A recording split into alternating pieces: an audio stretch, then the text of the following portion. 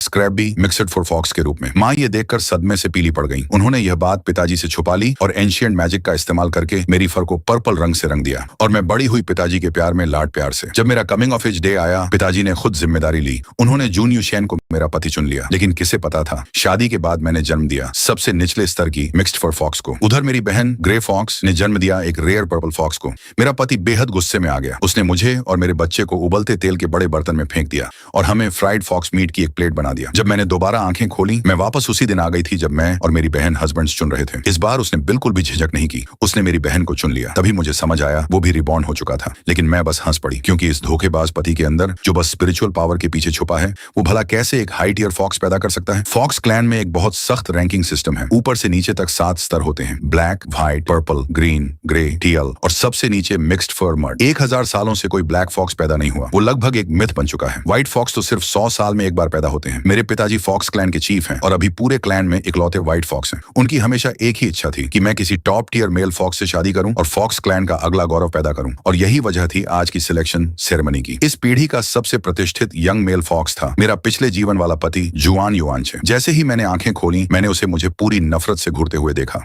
कुछ ही पल पहले पिताजी ने सबके सामने मेरी सगाई की घोषणा की थी। उन्होंने कहा था कि सभी लड़कियों में मेरा स्टेटस सबसे ऊंचा है, इसलिए मैं हुआन युआनचे के लिए परफेक्ट मैच हूं। इसलिए उन्होंने सीधे फैसला कर दिया। हुआन युआनचे ने मेरे पिताजी को हल्का सा झुककर प्रणाम किया और कहा, मैं प्रिंसेस गु निंग से शादी करने से इनकार करता हूँ। मैं दूसरी बेटी गु यान से शादी करना चाहता हूँ। जैसे ही ये शब्द निकले, पूरा हॉल मौत जैसी खामोशी में डूब गया। सबकी आंखें फटी रह गईं। गु यान एक पल के लिए जम गई, फिर उसका चेहरा खुशी से चमक उठा। वो मुझे देखकर घमंड से मुस्कुराने लगी। मैं अंदर ही अंदर हंस पड़ी। मैं फॉक्स क्लैन की हेड कंसोर्ट से पैदा हुई थी। मेरा ब्लड लाइन हमेशा टॉप टियर रहा है और मैं हमेशा सबकी नजरों में रही हूँ। लेकिन गु यान, वो तो बस एक कॉमन टियल फॉक्स की बेटी है। पिताजी का बाहर की एक लड़की के साथ एक रिश्ता था और उसी से वो पैदा हुई। पिताजी के ब्लड लाइन के बावजूद वो सिर्फ एक ग्रे फॉक्स है।